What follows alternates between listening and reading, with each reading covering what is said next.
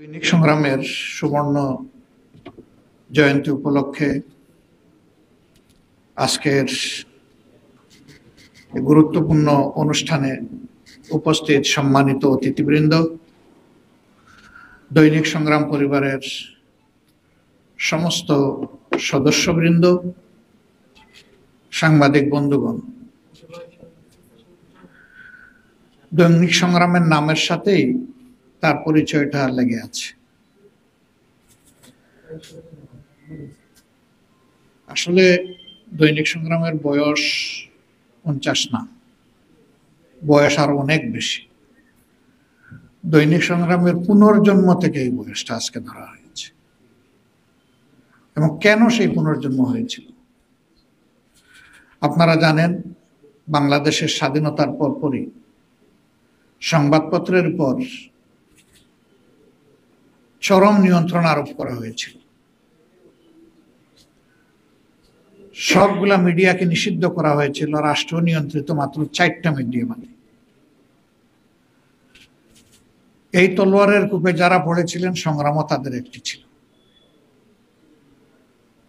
পরবর্তী পর্যায়ে আস্তে আস্তে সেই যাত্রা আবার শুরু হয়েছে। এই সংগ্রামের সূচনা পর্বে মালিক হিসেবে যার নাম ছিল, আমি আজকে গভীর শ্রদ্ধার সাথে তাকে স্মরণ করছি।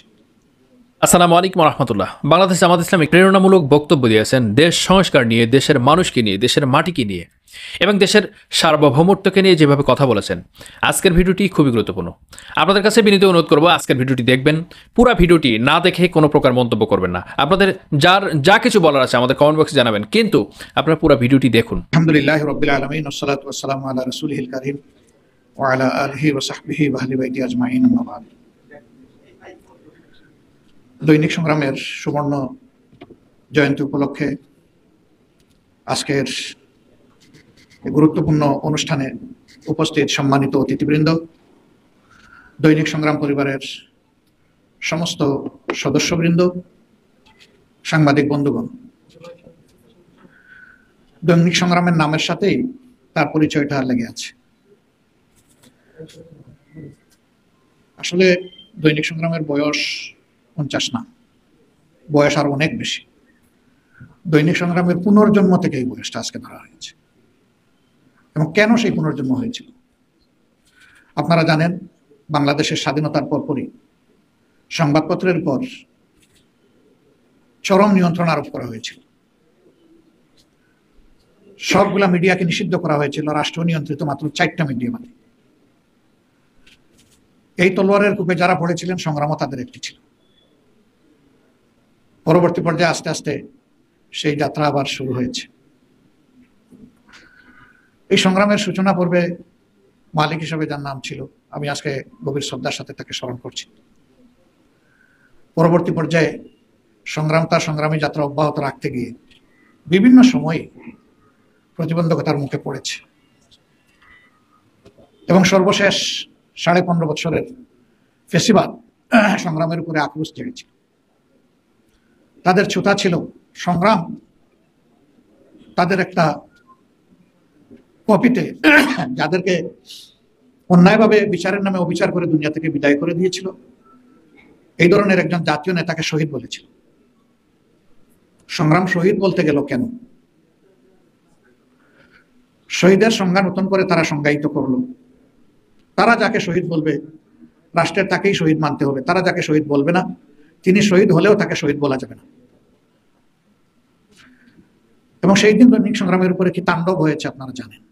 এখানে অনেক মিডিয়া আছেন, সংগ্রাম তো মিডিয়া পরিবারের একটা সদস্য ছিল।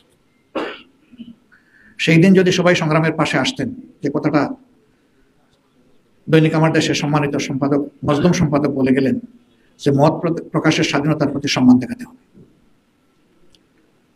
তাহলে পরবর্তী পর্যায়ে আরো অনেক মিডিয়ার উপর বিভিন্ন ধরনের অত্যাচার আক্রমণ এসেছে, সেটা হয়তো হতো না। তবে এর আগের পর্বটা গিয়েছে জনাব মাহমুদুর রহমান সাহেবের উপর। এই দুইজনই কেবল কিন্তু নির্যাতিত না, গাজী সাহেবও শুধু নির্যাতিত না, নির্যাতনের শিকার হয়ে কেউ কেউ দুনিয়া থেকেও চলে গেছে। কাউকে আবার বাংলাদেশের সীমানায় নিয়ে ছুড়ে ফেলা হয়েছে। এরকম সংবাদ জগতের উপর দিয়েও জাতির উপর যেমন তাণ্ডব তারা চালিয়েছিল, এই সংবাদ জগতের উপর দিয়েও তাণ্ডব চালিয়েছিল।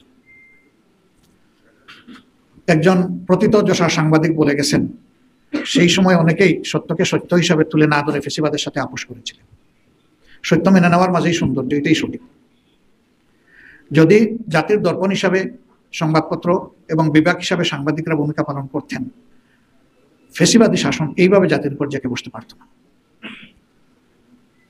রাষ্ট্রের 3টি পিলার গঠনতান্ত্রিকভাবেই স্বীকৃত, আর দুনিয়ার সিভিল কনভেনশন অনুযায়ী 4র্থ পিলার হিসাবেই সংবাদ মাধ্যমকে বলা হয়ে থাকে। তো একটা ঘরের 4টা পিলারের মধ্যে একটা যদি বিধ্বস্ত থাকে, ঘর তো টিকবে না, ওই একটার কারণেই ভেঙে পড়ে যাবে। কিন্তু 4টা পিলারে যদি শক্তভাবে দাঁড়িয়ে থাকে, তাহলে ঘরটাও আশা করা যায় সেভাবে দাঁড়িয়ে থাকবে। আমাদের সমাজটা ভেঙে পড়ার এটাও একটা কারণ কিনা, আমি সাংবাদিক জগতে এই সেবার সাথে, মহান সেবার সাথে যারা জড়িত, তাদেরকে সক্রিয়ভাবে বিষয়টা বিবেচনা করার অনুরোধ জানাই। তবে জাতি হিসাবে যারা এগিয়ে যেতে চায়, তারা পিছন নিয়ে বেশি কামড়াকামড়ি করে না, পছন্দ করে না। কিন্তু পিছনের কোনো দুঃস্বপ্ন অথবা কোনো দুঃশাসন যদি জাতিকে তাড়া করে, তাহলে এটাও স্মরণ করিয়ে দেওয়া কিন্তু সংবাদপত্রের দায়িত্ব। একটা সংবাদ মাধ্যমের 2টা অংশ থাকে, একটি হচ্ছে নিউজ আর একটা হচ্ছে ভিউজ। নিউজটা একেবারেই সরাসরি সাদাকে সাদা বলবে, কালোকে কালো বলবে। এখানে মহান সাংবাদিকের নিজস্ব কোনো বক্তব্য এখানে সংযোজন হবে না, আবার সত্য থেকে কিছু বিয়োজন হবে না। যিনি যেভাবে বলেছেন, যিনি যেভাবে লিখেছেন, তারটা হুবহু সেইভাবে তুলে ধরতে হবে। ফেসিবাদী আমলে এটা একেবারেই হয়নি। এখনো তার কিছু কালো ছায়া আমরা লক্ষ্য করি, কারণ রোগ যখন পুরানো হয়ে যায়, এটাকে ক্রনিক ডিসিজ বলা হয়। ক্রনিক ডিসিজ কিন্তু সহজে সারে না, কিন্তু সারে, সময় লাগে। আমরা আশা করবো যে এটা সারবে, এটা থাকবে না। সংগ্রামের একটা আদর্শিক লক্ষ্য অবশ্যই আছে, এটা আমরা সবাই জানি। সংগ্রাম তার আদর্শিক লক্ষ্যের ক্ষেত্রে কারো কাছে কখনো আপোষ করেনি, মাথা নত করেনি। বিশেষ করে স্বাধীন বাংলাদেশে, দেশের স্বাধীনতা, সার্বভৌমত্ব এবং জনস্বার্থের বিষয়ে সংগ্রাম তার নিজস্ব জায়গার পরিসর যতই ক্ষুদ্র হোক, এখান থেকে সংগ্রাম করেই চলেছে। এই ক্ষেত্রে সংগ্রাম এখানে শ্রদ্ধা পাওয়ার উপযুক্ত। এর মানে এটি নয় যে সংগ্রাম সকল দিক থেকে একটা সংবাদ মাধ্যমের পুরো স্ট্যান্ডার্ড কভার করে একটা স্বয়ংসম্পূর্ণ সংবাদ মাধ্যম, এটাই বলবো। সকল জায়গায় কিছু ঘাটতি থাকে, সংগ্রামেরও অনেক ঘাটতি আছে। এখানে সুধীজন তারা সবাই সংগ্রামের পক্ষে আজকে প্রশংসামূলক বক্তব্য রাখবেন, আমি অন্তত এটা প্রত্যাশা করি। সংগ্রামের ভালোটাকে ভালো বলবো, কিন্তু সংগ্রামের দুর্বলতাও একটু চোখে আঙ্গুল দিয়ে দেখাই দিতে হবে। তাহলে সংগ্রাম আগামীর পথ চলায় দেশের জন্য, জাতির জন্য আরো ভালো কিছু করার প্রয়াস পাবে। জনাব মাহমুদুর রহমান সাহেব সহ সিনিয়র সম্পাদক জনাব আবুল আসাদ সাহেব সহ শহীদুল আলম সহ যাদেরকে এই বিগত সরকার ফেসিবাদী কায়দায় নিবর্তন এবং নির্যাতন করেছে, আমি এই নির্যাতনের আরেকবার নিন্দা জানাচ্ছি। প্রত্যেকটি কেসে আমরা নিন্দা জানিয়েছি, আজকে আবার জানাচ্ছি। এবং সেই সাথে এই নির্যাতিত সাংবাদিকদের পাশে আমরা আছি, গভীর শ্রদ্ধা নিয়েই থাকব। তাদের প্রতি আমাদের আন্তরিক নিবেদন থাকবে, এ লড়াইয়ে যোদ্ধা নয়, সেনাপতি হিসাবে আপনারা আপনাদের দায়িত্ব অব্যাহত রাখবেন ইনশাআল্লাহ। জাতি এখন স্মরণ করুক না করুক, আমি মনে করি করবে, কিন্তু একদিন আপনাদেরকেই খুঁজে বের করবে। হয়তো সেদিন আপনারা দুনিয়ায় থাকবেন না, কিন্তু আপনাদের কীর্তি থেকে যাবে। আপনাদের ফলোয়াররা, পরবর্তী জেনারেশনের সাকসেসর হিসেবে যারা আসবে, তারা তখন বিষয়গুলোকে অবশ্যই অ্যাকাউন্টে নেবে যে আগের আমাদের এইরকম একটা সোনালী ঐতিহ্য আছে, সবাই মাথা নত করেনি দুরাচার স্বৈরাচারের সামনে। কিছু সেনাপতি ছিলেন, তারা আমাদের নেতৃত্ব তখনই দিয়েছেন, শাসক তারা সাহসিকতার সাথে। আজকে সংগ্রাম পরিবারের প্রতি আমাদের সকলের ভালোবাসা আল্লাহ তাআলা কবুল করুন। তারা চরম দুর্দিনে ছিলেন, কিছু কিছু জানতাম, কিন্তু বড় কিছু করতে পারি নাই আমরা। সমস্ত বিজ্ঞাপন বন্ধ করে দেওয়া হলো পিএফপি থেকে, প্রাইভেট বিজ্ঞাপন যাতে দেওয়া না হয়, যারা বিজ্ঞাপন দিতেন তাদেরকে শাসানো। একটা সংবাদ মাধ্যম যদি বিজ্ঞাপন না পায়, তাহলে এটা চলবে কি? এটা তো একটা শ্বেতহস্তি, তার খাবার, তার রিজেক আসবে কোন জায়গা থেকে? সেই সময় সংগ্রামের সাথে যারা ছিলেন, তারা আমি বলবো খেয়ে না খেয়ে এই যুদ্ধটা করেছেন। আজকের এই পরিবেশ দেখে হয়তোবা তাদের অতীতের কষ্টের কথা আশা করি তারা ভুলে যাবে।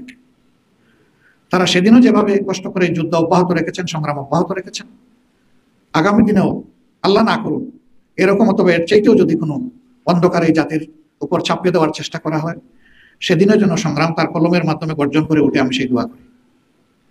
আল্লাহ রাব্বুল আলামিন তাদের যাত্রা অব্যাহত রাখুন এবং জাতির খেদমতে সংগ্রামকে আল্লাহ তাআলা কবুল করুন। আমি অত্যন্ত লজ্জিত, আমার দায়িত্ব ছিল এখানে যারা এই কষ্ট করে এসেছেন সম্মানিত জন আপনারা সবাই, আপনাদের সবার বক্তব্যগুলা শোনা এবং শেখা।